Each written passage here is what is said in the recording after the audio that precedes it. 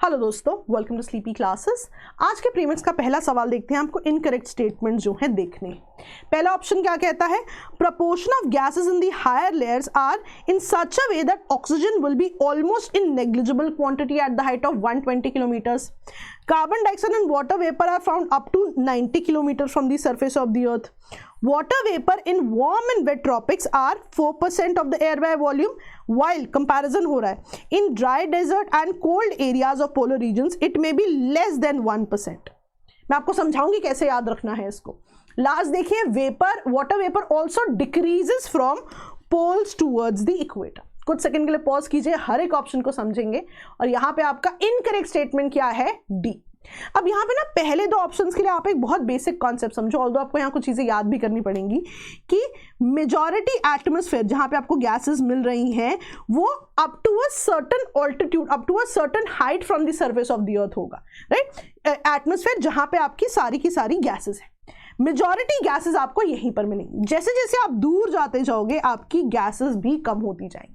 अब इसको याद करने का सबसे इंपॉर्टेंट या सबसे सिंपल तरीका क्या है? ग्रेविटेशनल पुल याद रखो कि जहां तक ग्रेविटेशनल पुल ज्यादा होगा वहीं पर आपका मेजॉरिटी सामान होगा, क्योंकि वहां पे ग्रेविटी का इंपैक्ट बहुत ज्यादा होगा जो अपनी तरफ इन सभी गैसेस को खींचेगी. इसीलिए एक स्पेसिफिक जोन तक जहां तक आपका ग्रेविटी का इंपैक्ट ज्यादा होता है आपका मेजॉरिटी एटमॉस्फेयर जहां पे मेजॉरिटी गैसेस है लाई करती है.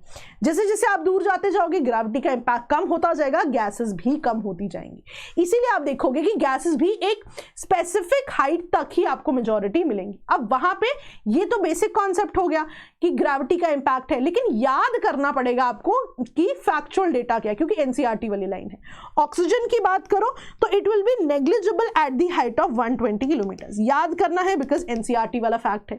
Next, carbon dioxide and water vapour are found only up to 90 kilometres from the surface of the earth. तो डिफरेंट गैसेस का ऑल्टीट्यूड जो है डिफरेंट हो सकता है. आपको ये दो एटलीस्ट याद करने बिकॉज ये एनसीईआरटी में. नेक्स्ट दो ऑप्शन बात करते हैं वाटर वेपर की, राइट. वहां पे भी कैटेगोरिकली ये कंपेयर करते हैं वाटर वेपर को वार्म और वेट ट्रॉपिक्स में और dry desert and cold areas of polar region. अब ये क्या कह रहे हैं यहाँ पे देखना कि अगर हम कंपैरिजन करें तो वार्म और वेट ट्रॉपिक्स में एयर का 4% वाटर वेपर होगा और ड्राई और कोल्ड रीजन्स में लेस देन 1% होगा. तो ये कह रहे हैं ज्यादा वाटर वेपर कहाँ होना चाहिए? वार्म एंड वेट ट्रॉपिक्स में.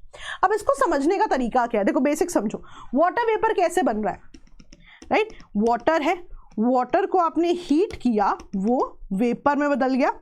इसी वेपर से फिर बादल बनते हैं और बारिशें होती हैं, राइट. अब जब आप एयर की बात कर रहे हो, ये हीट कहाँ से आ रही है? सन से, इंसुलेशन से. तो जहां जहां वाटर पे इंसुलेशन ज्यादा आती जाएगी उतना ज्यादा वेपर बनता जाएगा. लॉजिक तो यही डिक्टेट करता है ना. बेसिक अगर हम समझे, याद कैसे रखेंगे इसे, राइट. तो अब आप समझिए कि जब भी आप ट्रॉपिक्स की बात कर रहे हैं, राइट, यहां पे इंसुलेशन आपकी बहुत डायरेक्ट है. क्यों? क्योंकि sun directly overhead only between the tropics है. बियॉन्ड ट्रॉपिक्स आप देखोगे इंसुलेशन जो है बहुत ही स्लांटिंग जाती है, कम जाती है. तो ऑफ कोर्स याद रखो इसको कि इंसुलेशन जहां भी ज्यादा है, वाटर अवेलेबिलिटी भी है, राइट, तो वहां पे क्या होगा? उतना ज्यादा वेपर बनना चाहिए और ट्रॉपिक्स में ये चीज हो रही है. अब इसी को कंपेयर करो आप पोल से, तो पोल्स पे क्या होगा? इंसुलेशन इतनी कम है तो ऑफकोर्स हीटिंग कम है, इसका मतलब वेपर भी कम बनेगा. तो ऑफकोर्स वार्म और वेट ट्रॉपिक्स में ज्यादा वेपर होना चाहिए as compare to cold polar regions, right. अब यहां पे एक और पॉइंट है, ड्राई एंड डेजर्ट. जो ड्राई डेजर्ट है वहां पर भी कम होगा. यू हैव टू अंडरस्टैंड ना, ड्राई डेजर्ट में तो डेजर्ट क्यों है? बिकॉज एनीवे पानी बहुत कम है. तो ऑल्दो वहां पे इंसुलेशन है, लेकिन जब पानी ही नहीं है तभी तो वो रीजन डेजर्ट है, पानी बहुत कम है. तभी आप देखोगे वहां वेपर की अवेलेबिलिटी बहुत ज्यादा नहीं हो पाती, रेनफॉल ही नहीं हो पाती. अगर ज्यादा वेपर बनता होता तो रेनफॉल होती ना, बट वाटर की अवेलेबिलिटी ही कम है. तो इसीलिए भी वहां पे वेपर बहुत ज्यादा कम होंगे as compare to tropics, right. चलिए नेक्स्ट देखते हैं. Water vapour also decreases from poles towards the equator, right. अब आप समझो यहां पे क्या आएगा? Decreases from equator to poles.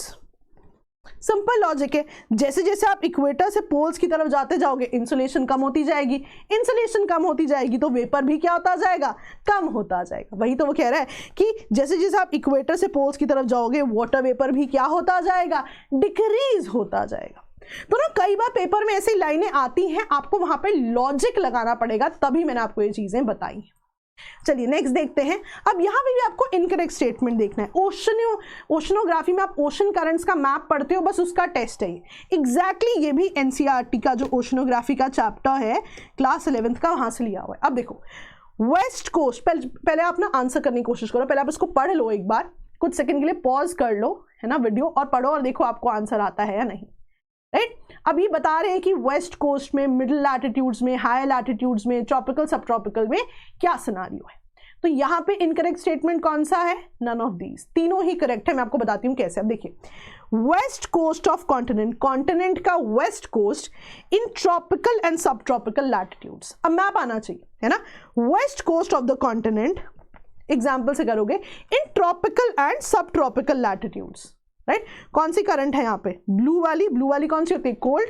Right, तो यहाँ पे देखो they are bordered by cool waters. अब यहाँ पे एक लाइन लिखी है, देखो, except close to the equator. Equator के पास नहीं होगा ऐसा, क्यों? क्योंकि आप देखो इक्वेटर के पास क्या है? इक्वेटोरियल करंट्स की बात हो रही है। तो ये चीज आपने याद रखनी है। एनसीईआरटी की ब्यूटी ही ये, ब्रैकेट में कुछ लिख देंगे और उसका मतलब रहेगा बहुत ज्यादा। नेक्स्ट देखो, west coast of continents in middle and higher latitudes. अब देखो, west coast of continents in middle and higher latitudes, ये आपके हायर लैटिट्यूड्स हैं। अब यहाँ पे west coast of continent, continent का वेस्ट कोस्ट, कौन सी करंट है? रेड कलर है। रेड कलर क्या होता है? Warm current. तो वही वो कह रहा है, are bordered by warm water. तो ये चीज आपने याद रखनी है कि जब आपने वेस्ट कोस्ट को ट्रॉपिकल सब ट्रॉपिकल पे देखा तो कोल्ड करंट थी, उसी को जब आपने हायर लैटिट्यूड्स पे देखा तो आपको क्या जब आपने ट्रॉपिकल और सब ट्रॉपिकल पे देखा तो आपको कोल्ड करंट मिली। For example Peruvian current. इन्हीं वार्म साइड्स ऑफ कॉन्टिनेंट्स को, वेस्ट साइड ऑफ कॉन्टिनेंट्स को जब आपने हायर लैटिट्यूड्स पे देखा तो आपको क्या मिली? Warm current, Norwegian current. तो बिल्कुल आपने ध्यान रखना है। Right, tropical subtropical latitudes, west coast of continents, cold current. Right, west coast of continents in higher latitudes, ये देखो वार्म करंट। तो ये चीजें आपने याद रखनी है। नेक्स्ट देखो, warm currents flow parallel to the east coast of continents in tropical and subtropical latitudes. ध्यान से देखो, ट्रॉपिकल सब ट्रॉपिकल लैटिट्यूड्स, वापस आप इसी जोन में आ गए।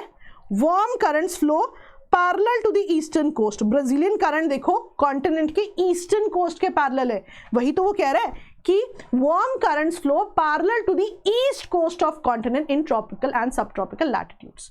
दोबारा से देख लो। राइट, जब ये कोस्ट के टर्म्स में कह रहा था, है ना, कि कॉन्टिनेंट के वेस्ट कोस्ट में ट्रॉपिकल सब ट्रॉपिकल लैटिट्यूड पे कोल्ड करंट है। राइट, कॉन्टिनेंट के ईस्टर्न तरफ, राइट, आपकी कौन सी करंट है? वार्म करंट है। वहीं हायर लैटिट्यूड्स पे, कॉन्टिनेंट्स के वेस्टर्न मार्जिन पे कौन सी करंट है? वार्म करंट है। तो आपने करंट्स जो है याद रखनी।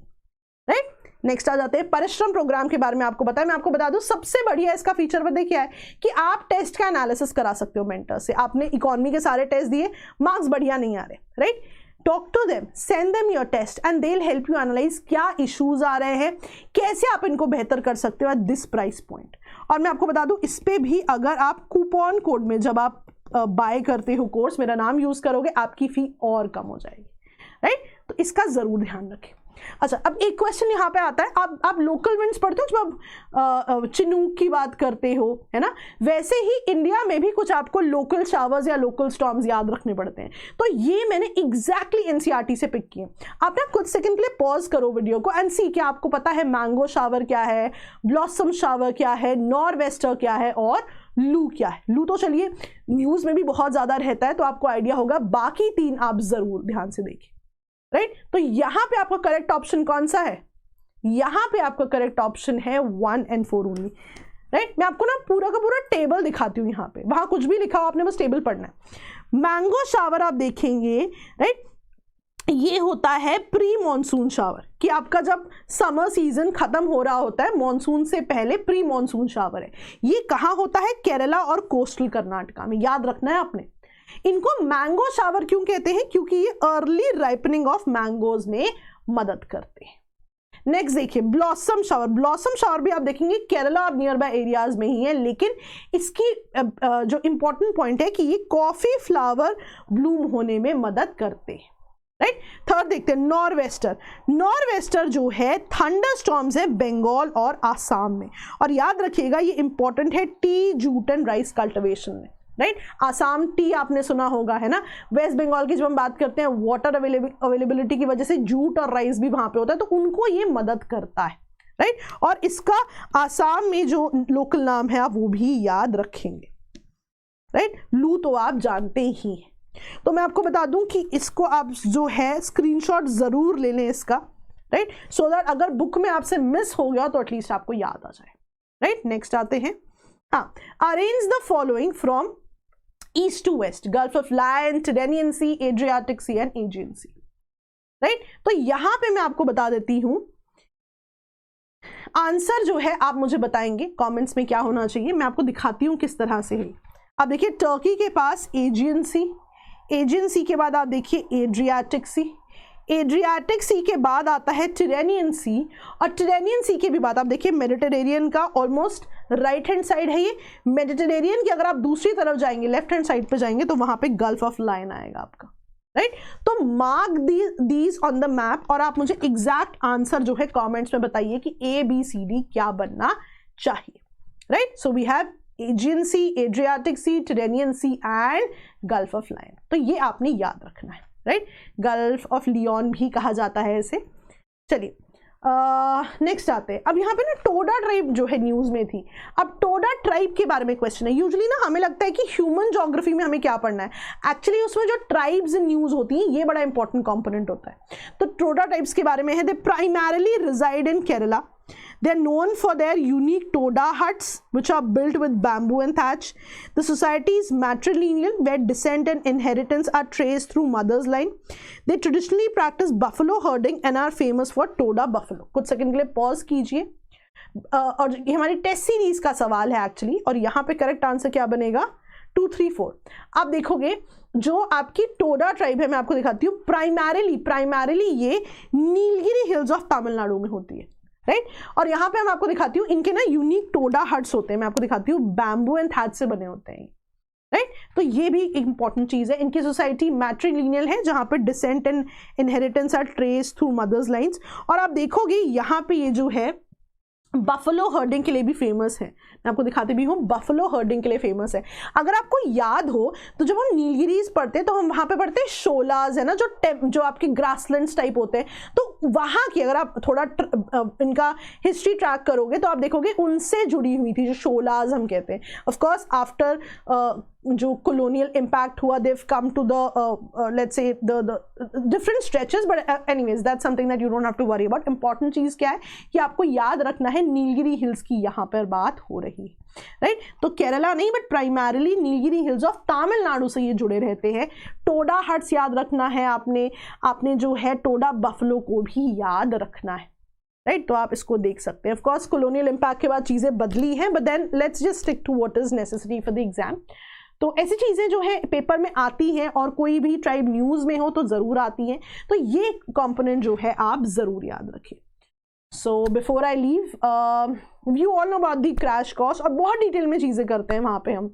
ज्योग्राफी का कंपोनेंट शुरू भी होने वाला है वहाँ पे, तो ज़रूर जो है आप इन लेक्चर्स को देखें, और अगर आपको फीस में कुछ भी इशू हो you can always use my name Shraddha in the coupon code, आपको ज़रूर मदद मिलेगी, right. SHRADHA that's the spelling, एक बार आप देख सकते हैं। तो that's it from my end, thank you so much all of you, bye bye.